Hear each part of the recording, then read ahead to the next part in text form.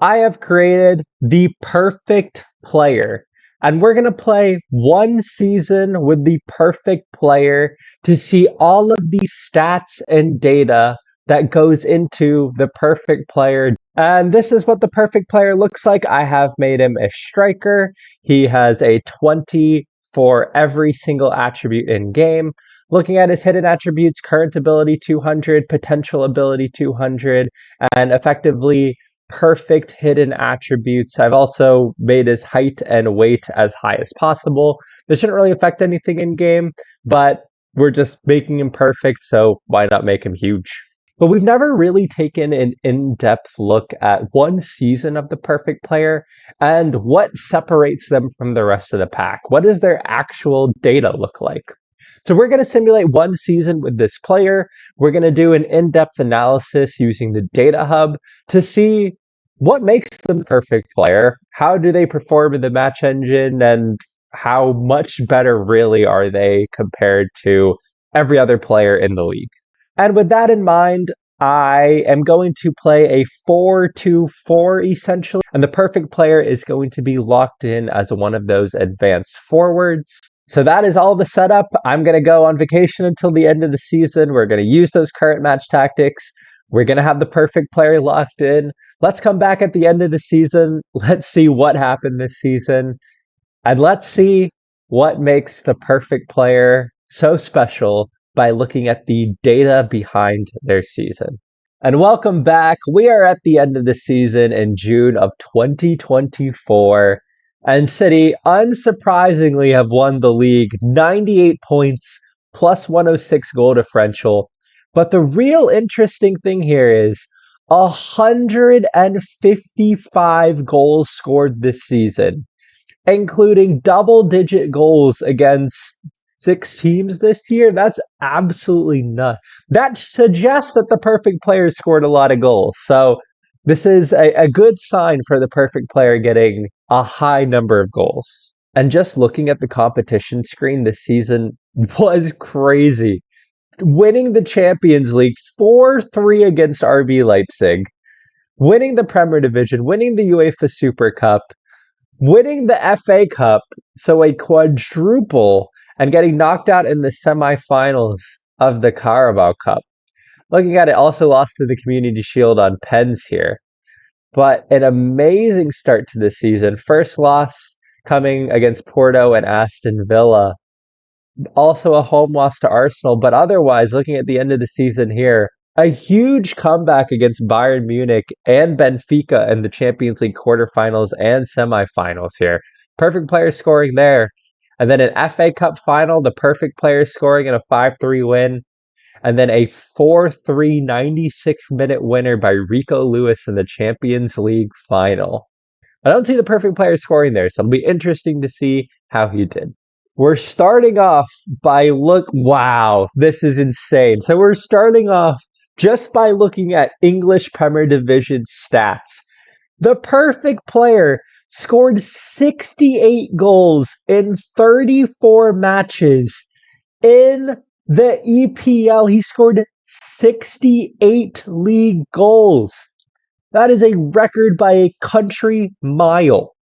In just 34 periods, he averaged 1 goal per half, 44.63 minutes per goal. He averaged a goal every single half. That's not even a goal per game, that's a goal per half. That's one of the most insane things I've ever seen. But not only that, he had the most assists with 25 assists. That's insane. He had the most shots of any player by a lot. That's not surprising. The most player of the match, he had 23 player of the match awards. I've never seen anything like it. And he had the most key passes.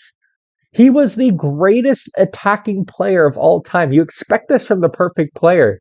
But I don't think I've ever seen such an amazing season from one player before. And just in the league alone, he averaged a 9.16 average rating. I think this is the best season we've ever seen. Even in the perfect player experiments that I've done, I don't think I've ever seen an average rating that high before and a player to be this good. Unsurprisingly, though, he is the player who had the most lost possessions during the season. He lost possession 555 times. Not super surprised though. I would assume this is because he was attempting so many key passes, so and maybe getting a lot of shots off target. So not super surprised to see that. Looking at the attacking outputs, perfect player, 68 goals. He also had 40 expected goals.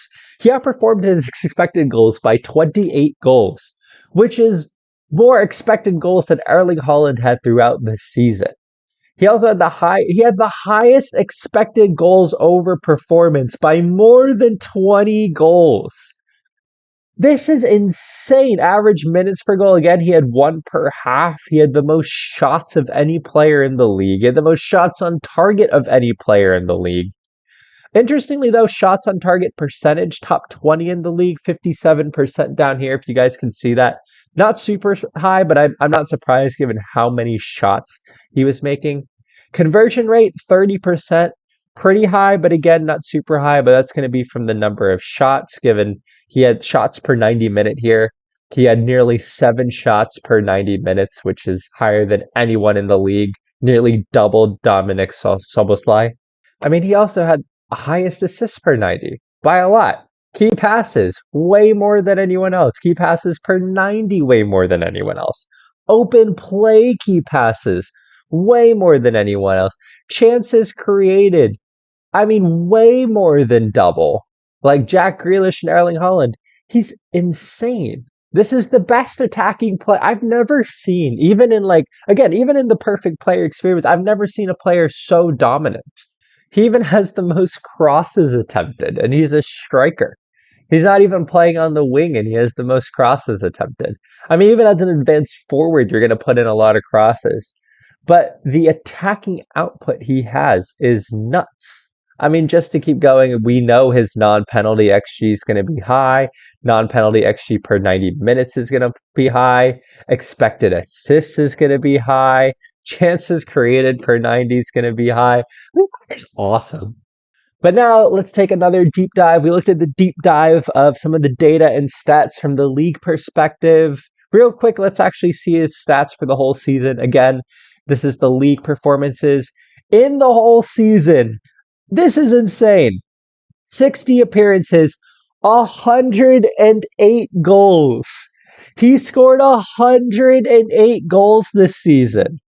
So he had 2 internationally, 16 goals in the Champions League and UEFA Super Cup, 24 goals in cup competitions, 68 goals in the league, 108 goals overall. That is absolutely crazy.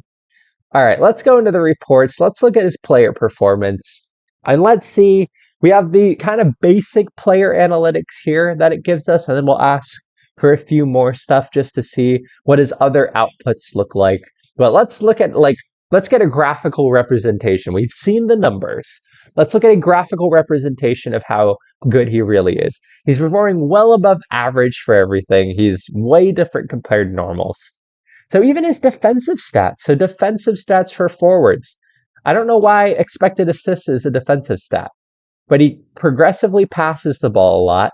He's well above average in pressing and interceptions per 90. Obviously, he scores a lot of goals. I mean, that's the best in the league.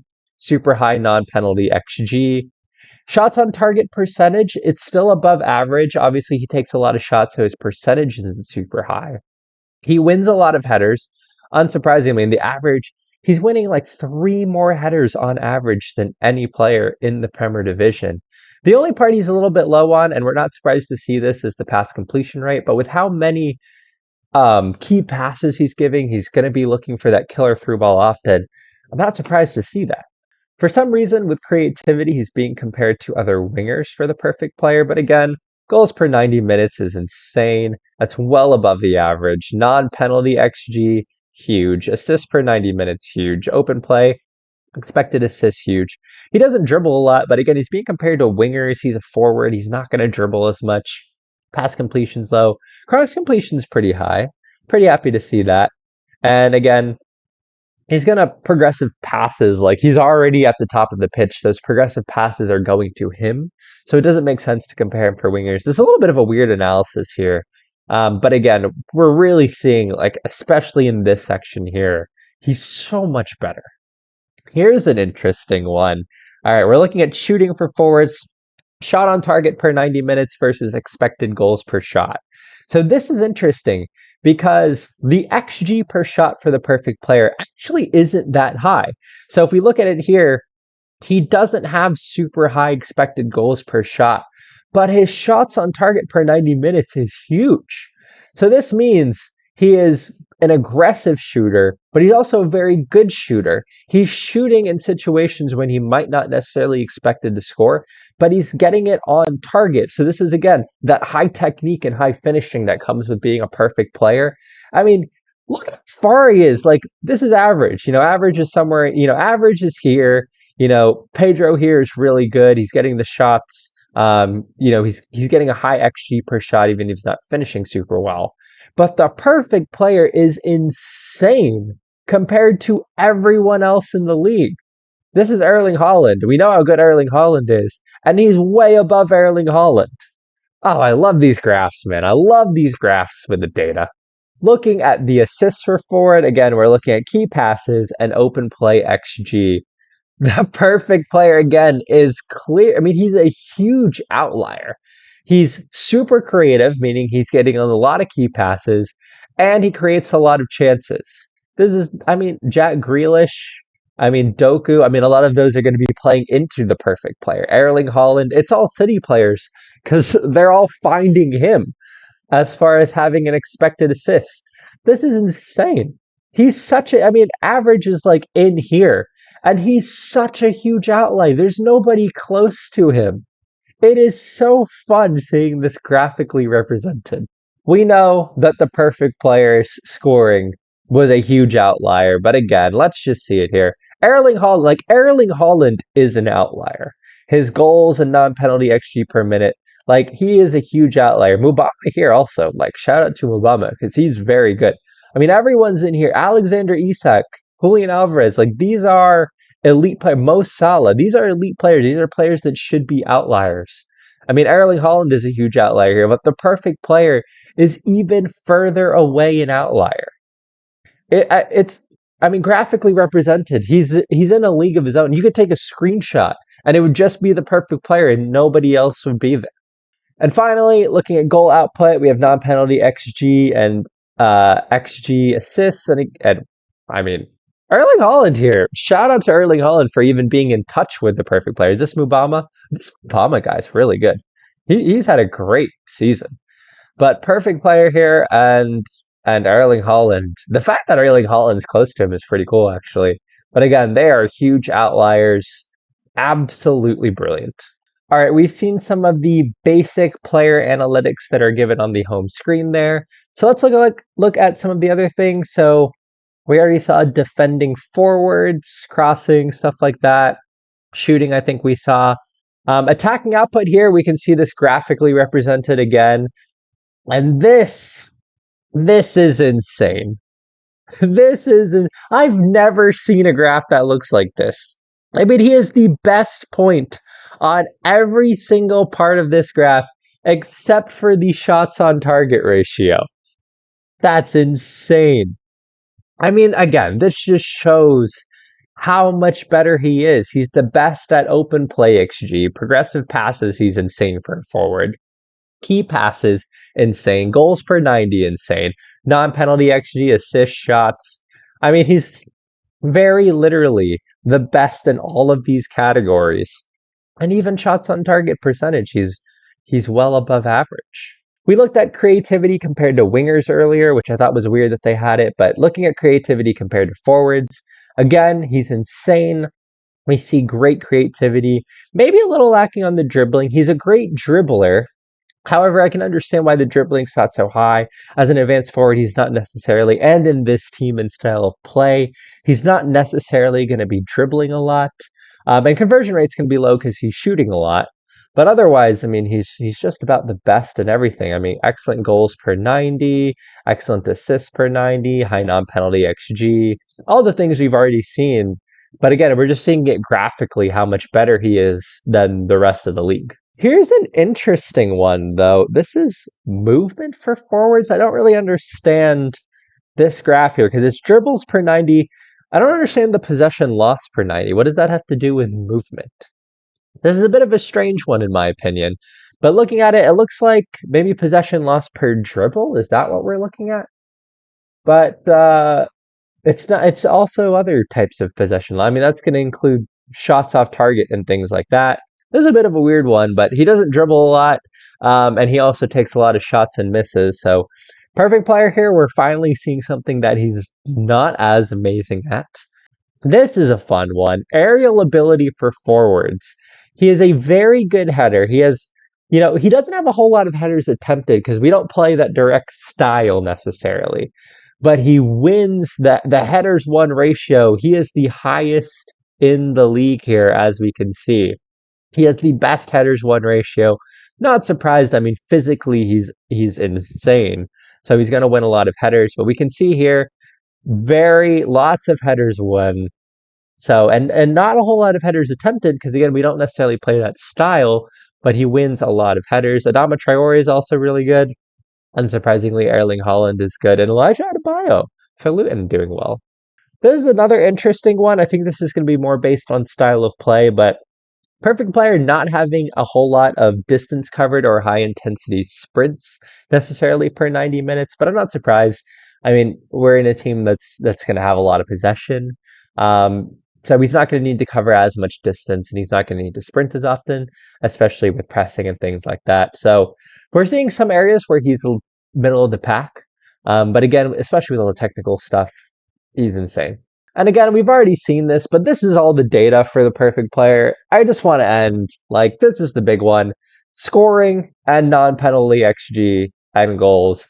He is such a huge outlier. I mean, again, Erling Haaland is an outlier. We've already seen this graph, and Erling Haaland's an outlier. But the perfect player is so far an outlier. This is the big representation here of a player who scored 68 goals in a season, 106 goals in all competitions. This is a player that's absolutely insane, and this is the type of data I wanted to see. Well, there you have it. That is the data behind the perfect player playing for Man City in the English Premier Division. This is going to be a part one, though. He scored 68 league goals and 108 goals overall in the English Premier League. I'm going to do a part two where we look at the data behind the perfect player, but I want to see him in a not good league. So I'm going to stick him in the Philippines, where the perfect player will be so far and away better than everyone else. And we're going to look at some of the data behind that too. That'll come later this week. But in the meantime, this is everything we got. This is the data behind the perfect player. If you all enjoyed this, let me know, because we could do this with other positions as well. We could look at the perfect goalkeeper, the perfect center back, the perfect midfielder, so on and so forth. That could be interesting just to see the data behind other perfect players in other positions. But otherwise, we will have a second edition coming out later in the week. And until then, I hope you all are doing well. I hope you all are taking care of yourselves, and I will see you all in the next episode. Bye!